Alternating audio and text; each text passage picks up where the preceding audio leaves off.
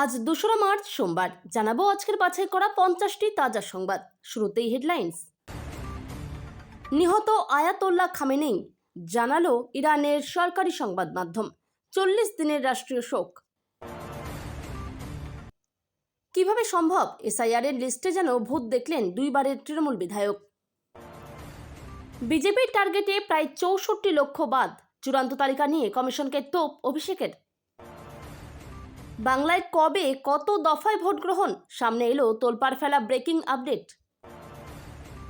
DA মামলায় নয়া twist, বকেয়া নিয়ে বড় পদক্ষেপের পথে রাজ্য, সামনে বিরাট আপডেট। নথিপত্র দিয়েও মিলছে না রেহাই, ভোটার তালিকায় কি এবার মাইক্রো অবজারভারদের রোলব্যাক চক্রান্ত?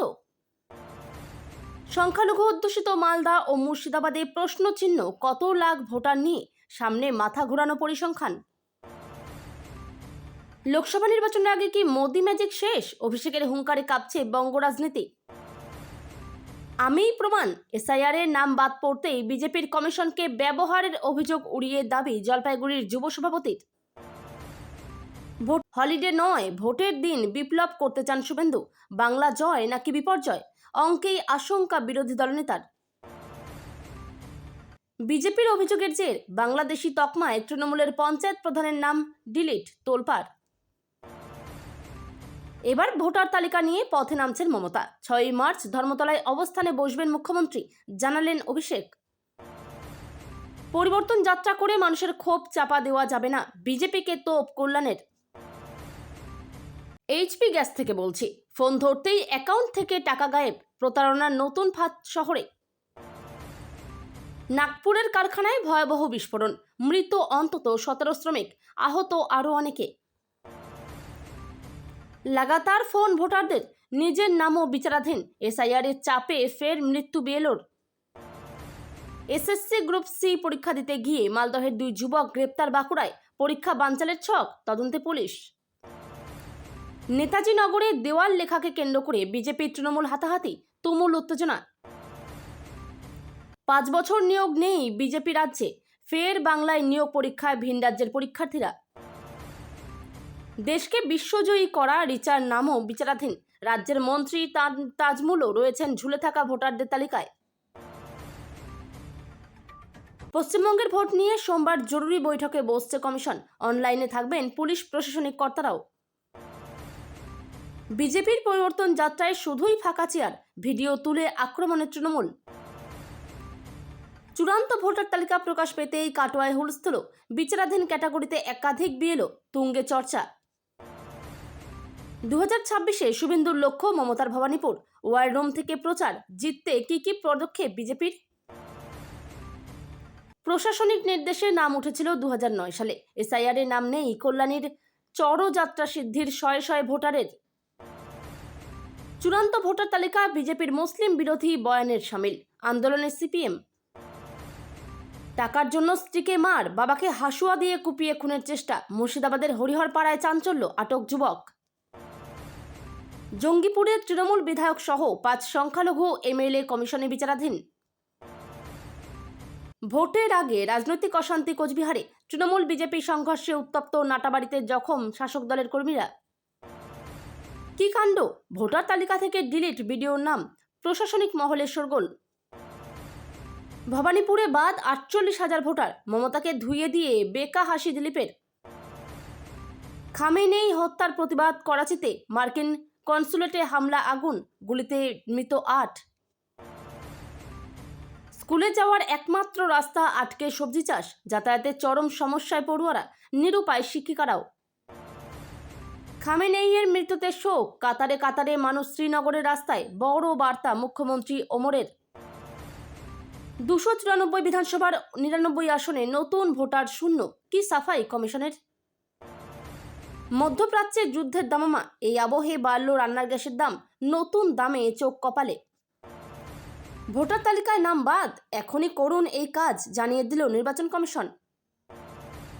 পুরো সাফ, ওকে জেতানোর মতো ভোটার ভবানীপুরে নেই, শুভেন্দুর মন্তব্যে তোলপাড়। ভোটের আগেই নেমে পড়ল কেন্দ্রীয় বাহিনী, রুটমার্চ নিয়ে বিস্ফোরক অধীর চৌধুরী। এতক্ষণ শুনছিলেন আপনারা সংবাদ শিরোনাম, এবার শুনবেন বিস্তারিত খবর। ইসরায়েলের হামলায় নিহত আয়াতুল্লাহ খামেনি মার্কিন প্রেসিডেন্ট ডোনাল্ড ট্রাম্পের পর এবার দাবি ইরানের সরকারি সংবাদ মাধ্যমের। ইরানের সর্বোচ্চ নেতা আয়াতুল্লাহ খামেনি শহীদ হয়েছেন। ইরানের সরকারি সংবাদ মাধ্যমের তরফে এই খবর সুনিশ্চিত করা হয়েছে বলে জানা যাচ্ছে। তেহরানে যৌথভাবে হামলা চালিয়েছে মার্কিন যুক্তরাষ্ট্র এবং ইসরায়েল। মার্কিন প্রেসিডেন্ট ডোনাল্ড ট্রাম্প এবং ইসরায়েলের প্রধানমন্ত্রী বেঞ্জামিন নেতানিয়াহু আগেই দাবি করেছিলেন যে এই আক্রমণে নিহত হয়েছেন আয়াতুল্লাহ খামেনি। এবার ইরানের সরকারি সংবাদ মাধ্যমের তরফে জানানো হলো একই খবর। ইরান জুড়ে 40 দিনের রাষ্ট্রীয় শোক ঘোষণা করা হয়েছে। সংঘর্ষে নিহত ইরানের সর্বোচ্চ নেতা আয়াতুল্লাহ খামেনি দাবি আমেরিকার প্রেসিডেন্ট ডোনাল্ড ট্রাম্পের খামেনিয়ের ডেরা হামলায় পুরোপুরি ধ্বংস। দাবি ইসরায়েলের হামলায় নিহত খামেনেই মানল ইরানের সরকারি সংবাদ মাধ্যম। আক্রমণে খামেনেইয়ের মেয়ে, জামাই, পুত্রবধূ, নাতির মৃত্যু। খবর ইরানের সংবাদ মাধ্যমে। ইরান জুড়ে 40 দিনের রাষ্ট্রীয় শোক। এসআইআরের লিস্ট বের হতেই চোখ কপালে উঠেছে অনেকের। তুচ্ছ ভুলের জন্য নথি দেওয়ার পরও ভোটার লিস্টে সেই নামের পাশে লিখে দেওয়া হয়েছে বিচারাধীন। কোথাও রাজনৈতিক দলের নেতা, কোথাও নামী ক্রিকেটার, কোথাও বা আবার খোদ বিধায়ক নাম বাদ গিয়েছে ভোটার তালিকা থেকে। এভাবেই এসআইআরের গেরোয় পড়ে বিপাকে দুবারের বিধায়ক তোরাব হোসেন মণ্ডল। দীর্ঘ প্রায় 36 বছর শিক্ষকতা করেছেন। তারপর তৃণমূলের টিকিটে দুবারের কুমারগঞ্জ বিধানসভা কেন্দ্র থেকে বিধায়ক পদে নির্বাচিত হয়েছেন তোরাব হোসেন মণ্ডল। অথচ তার নামই এসআইআরের প্রথম লিস্টে বিচারাধীন বলে দেখানো হয়েছে। আর এতেই চাঞ্চল্য ছড়িয়েছে এলাকায়, এমনকি হতবাক বিধায়ক নিজেই। তোরাব হোসেন মণ্ডল বলেন, সব ধরনের কাগজ জমা দেওয়ার পরেও তার নাম বিচারাধীন তালিকায় কেন এলো না তা তিনি বুঝতে পারছেন না। শুধুমাত্র বিধায়ক কুমারগঞ্জ বিধানসভা এলাকা জুড়ে প্রায় 30,000 মানুষের নাম তালিকার বাইরে রাখা হয়েছে। তার অনুমান, যেভাবে একটি বিশেষ সম্প্রদায়ের মানুষদের নাম বাদ দেওয়া হয়েছে তাতে আগামী ভোটে ফলাফল উল্টো হয়ে যেতে পারে। রাজ্যে এসআইআরের শেষে প্রকাশিত চূড়ান্ত ভোটার তালিকায় সংখ্যার গড়মিলের সঙ্গে মিলে যাচ্ছে বিজেপি নেতাদের বক্তব্যে উঠে আসা বাদের সংখ্যা। রবিবার সাংবাদিক বৈঠকে সেসব বক্তব্যের ভিডিও দেখে রীতিমতো অঙ্ক কষে বুঝিয়ে দিলেন তৃণমূলের সর্বভারতীয় সাধারণ সম্পাদক অভিষেক বন্দ্যোপাধ্যায়। এ প্রসঙ্গে নির্বাচন কমিশনকে তোপ দেগে তার অভিযোগ, টার্গেট অনেক আগে সেট হয়ে গিয়েছিল, বিজেপি নেতারাই তা করে দিয়েছিলেন। সেই মতো চূড়ান্ত ভোটার তালিকা থেকে নাম বাদ দেওয়া হয়েছে। তাই আমরা বলি, এই কমিশন হচ্ছে বিজেপির সহকারী সংস্থা। কমিশন সুপ্রিম কোর্টের কথা মানে না, এদের উপর বিচার ব্যবস্থার ভরসা নেই, তাই বিচারপতি নিয়োগ করতে হয়েছে। এসব বলার জন্য আমার বিরুদ্ধে মামলা করুন, আমি লড়ব, একাধিক প্রমাণ দেব। শনিবার প্রকাশিত হয়েছে চূড়ান্ত ভোটার তালিকা। কম বেশি 64 লক্ষ মানুষের নাম বাদ পড়েছে। সেই সঙ্গে বিচারাধীন বা এডজুডিকেশনের আওতায় নাম রয়েছে 60,06,675 জনের। সব মিলিয়ে সংখ্যাটা 1,24,00,000 আশপাশে। এই অঙ্ক নিয়েই আপত্তি তুলেছেন অভিষেক বন্দ্যোপাধ্যায়। বিধানসভা নির্বাচনের প্রস্তুতি ঘিরে রাজ্যে জল্পনা তুঙ্গে। সরকারি সূত্রের খবর অনুযায়ী পশ্চিমবঙ্গ বিধানসভা নির্বাচনের দিনক্ষণ মার্চের দ্বিতীয় সপ্তাহে ঘোষণা হতে পারে। শনিবার রাজ্যের সিইও দপ্তরের এক আধিকারিক জানান, নির্বাচনের নির্ঘণ্টও মার্চের দ্বিতীয় সপ্তাহে ঘোষণা হতে চলেছে। নির্বাচন কত দফায় হবে তা নিয়ে বেশ কিছুদিন ধরেই জল্পনা চলছিল। কমিশনের ওই আধিকারিকের দাবি, 3 দফার বেশি ভোট গ্রহণের সম্ভাবনা নেই। অর্থাৎ চলতি বছরের বিধানসভা নির্বাচন সর্বোচ্চ 3 দফাতেই সম্পন্ন হতে পারে বলে ইঙ্গিত মিলছে। যদিও এর আগে একাধিক সূত্রে দাবি করা হয়েছিল বাংলায় 3 থেকে 4 দফাতেই নির্বাচনের সম্ভাবনা রয়েছে। এদিকে কমিশন চাইছে 1 বা 2 দফায় ভোট করতে। সেক্ষেত্রে বাধা হয়ে দাঁড়াচ্ছে পর্যাপ্ত বাহিনী। এখন কত দফায় নির্বাচন চলেছে তার জন্য মার্চের মাঝামাঝি অপেক্ষা করতেই হবে। এদিন তিনি আরও জানান, 1 মার্চ রাজ্যে পূর্ণাঙ্গভাবে আসছে না কমিশনের পূর্ণাঙ্গ বেঞ্চ। দোলযাত্রা ও হোলি উৎসব শেষ হওয়ার পরেই নির্বাচন কমিশনের পূর্ণ বেঞ্চ রাজ্য সফরে আসতে পারে বলেও জানিয়েছেন তিনি। বকেয়া ডিএ এখনও মেলেনি। এরই মধ্যে গল্পে নতুন মোড়। সম্প্রতি বহু প্রতীক্ষিত বকেয়া ডিএ মামলার রায় সামনে এসেছে। রাজ্য সরকারি কর্মচারীদের বকেয়া ডিএর 25% অবিলম্বে মিটিয়ে দেওয়ার নির্দেশ দিয়েছে সুপ্রিম কোর্ট। কড়া ডেডলাইনও বেঁধে দিয়েছে আদালত। এরই মধ্যে শোনা যাচ্ছে মহার্ঘ ভাতা সংক্রান্ত পুনর্বিবেচনার জন্য সুপ্রিম কোর্টের দ্বারস্থ হচ্ছে রাজ্য। কর্মচারী মহলে জল্পনা চলছিল, তাহলে কি ফের রাজ্য সরকার শীর্ষ আদালতে যাচ্ছে? এই পরিস্থিতিতেই সেই জল্পনা জোরালো হয়েছে সংগ্রামী যৌথ মঞ্চের আহ্বায়ক ভাস্কর ঘোষের কথায়। এদিন সোশ্যাল মিডিয়ায় তিনি জানিয়েছেন, সুপ্রিম কোর্ট বকেয়া ডিএ মিটিয়ে দেওয়ার যে নির্দেশ দিয়েছিল, রাজ্য সরকার সেই রায় পুনর্বিবেচনার জন্য আদালতের দ্বারস্থ হতে চলেছে বলে জানা যাচ্ছে। অর্থাৎ রিভিউ পিটিশনের রাস্তাতেই হাঁটতে চলেছে সরকার।